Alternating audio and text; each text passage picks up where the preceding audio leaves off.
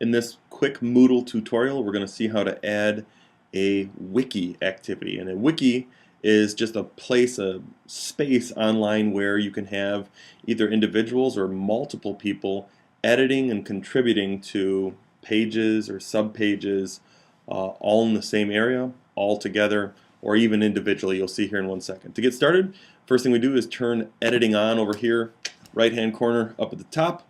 And then you should see the ability to add an activity down here or resource. You poke that and you scroll down the activity section here just a little bit till you get down to the wiki space here. And if you want to know a little bit more about the history or previous versions or anything about wikis, you can certainly read that little blurb over there on the side. But I'm going to hit add down here at the bottom. And now you have to give the wiki a name. So I'm just going to call this Wiki. There we go. It's my wiki. You do have to give it a description, and actually this description rides right on the page when the students first get in there. This is a great place for you to put information about what you expect the students to do or what you want them to do inside of this wiki. So you could certainly say, please follow the rubric or guidelines below. And you can give a whole description of what you're expecting the students to put or contribute into this wiki, and that will show up at the banner basically of this topic or this activity the entire time. Then you have to give your very first page a name also, which is a little bit bizarre because in a second you're going to see that you actually have to confirm that you want to name it that anyways, but just give it a name. So I'm going to call this page 1. There we go. And here's where you now get to decide whether you want this to be a fully collaborative wiki where everyone in class can see what everyone else is doing and they can contribute and work together, or you can see right here, it can be an individual wiki, which means, alright, so you're just giving the students a place to type and contribute and to post information online that the instructor then can see, but no one else can see it besides that individual. In this case, in almost every case, you're going to want to stay with the collaborative wiki, and then you can pick from some different default formats, but honestly HTML is going to be the easiest and is mostly what everyone else uses, so the students will be at least relatively familiar with it. You can certainly pick your groups. If you have groups set up in your Moodle instance in your course and you want to execute on those groups, go ahead and pick from those groups from within here and you should be good to go. You can make this visible or hidden, up to you. Once you're all done with all of these parameters here, though, you scroll down to the bottom, hit save and display or return to course, and then it's going to prompt you with this right here, which I promised you just a second ago was going to make you do, which is basically confirm that yes, you want the new page to be called page 1 and that you want the format to be that, HTML instead of Creole. Hit create page and it's going to load your wiki page.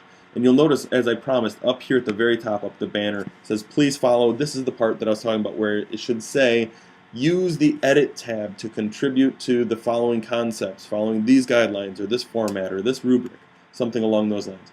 But you have tabs up along the top where you can view what the wiki looks like, edit the wiki, leave comments in the wiki. Typically we kind of try and stay away from the comments, and some students on occasion will get confused and think that the comment area is where they're supposed to contribute information, but really they should be using the edit tab, which is why it's good in this description to potentially put the words use the edit tab to contribute. Then the history, this is for you as an instructor to see what's been going on, who's been contributing what. The map you're going to see here in a second will show you all the different pages that you've created, files that are associated with it, and then you as the administrator can click on this administration tab over here, which pretty much just lets you delete or edit individual pages by moving them around. So there's not much you can do from within there. However, this is the basic part right here. This is where students are going to come in and they're going to use this word editor here with just the basic word editing tools, bold, formatting, stylized tools, and they can contribute whatever you want them to or whatever they want. And they can see each other's work. They can even edit each other's work. So this is a precarious place where students do have to respect one another's content. So I'm just going to type the word content in here. And now I'm going to do something a little bit funky and show you how to create a subpage by using some simple characters. So let's say I want to create page A underneath page 1. If I want to do that, I just use the brackets on my keyboard like this. So I double bracket on the left here, and I would put page, or I'll even put subpage. There we go, subpage. We'll call it A. Close the brackets twice like that. So now you see content, subpage, and I'm even going to say the content above, dot, dot, dot. So now you're going to see this is going to be regular text. This is going to be a hyperlink to a brand new page because it's going to automatically create a page for you because you use the double brackets. And I come down here and I hit save, and here's what it looks like. Now I'm still in my wiki, but now I'm in the view section here, and the view section is letting me see what my wiki actually looks like, and you can see it says content, then it says subpage A right here. And in order to officially create that, I do have to click on this. And now it's saying, do you want to name it this? And I said, yes, create the page. And now you can see I still have my editor, just like I had a few seconds ago, but now I'm on subpage A, so I can say, this is new content on the new page. There we go, page A. There we go. I'm all done. I'm going to hit save. It's going to bring me back to that viewer, essentially, where my content is, and it looks like, well, where did the wiki actually go? But you can see in the cookie crumb trail up here that I'm on subpage A, right? And if I back up to Wiki, that's where my actual original page is, page 1. This is Wiki, page 1, and I can get to my subpage this way, or you can even, like I promised before, see all of your pages by going to the map here. And once you're in the map, it lists all of your pages for you. So it's page 1, underneath it is page A, and this is just alphabetically at this point, but you can choose to look at them from all different angles. You can see which pages are linked to other pages. You can see who has made what contribution. So if I pick this, it's going to show me as the last contributor, or one of the contributors to page 1 and subpage A. And if other contributors start to contribute, it's going to list them and show who has contributed what, or who has contributed to what page, rather.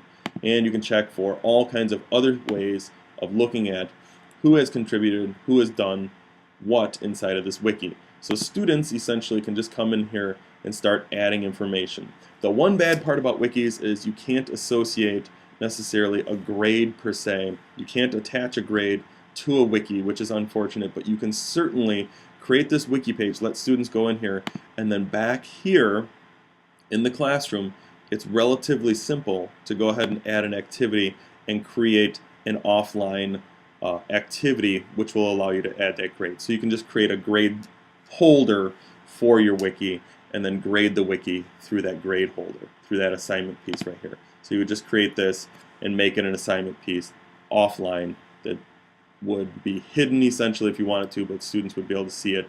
And now you have a wiki space for students to work in and a place for you to give them a grade for their wiki work. That's the end of wikis. Relatively simple, but very powerful tool, especially if you're going to do things over the course of time. So if they're going to work on it through the entire class and keep contributing and keep modifying and keep changing and keep improving what they've done and work together, a wiki is a great option.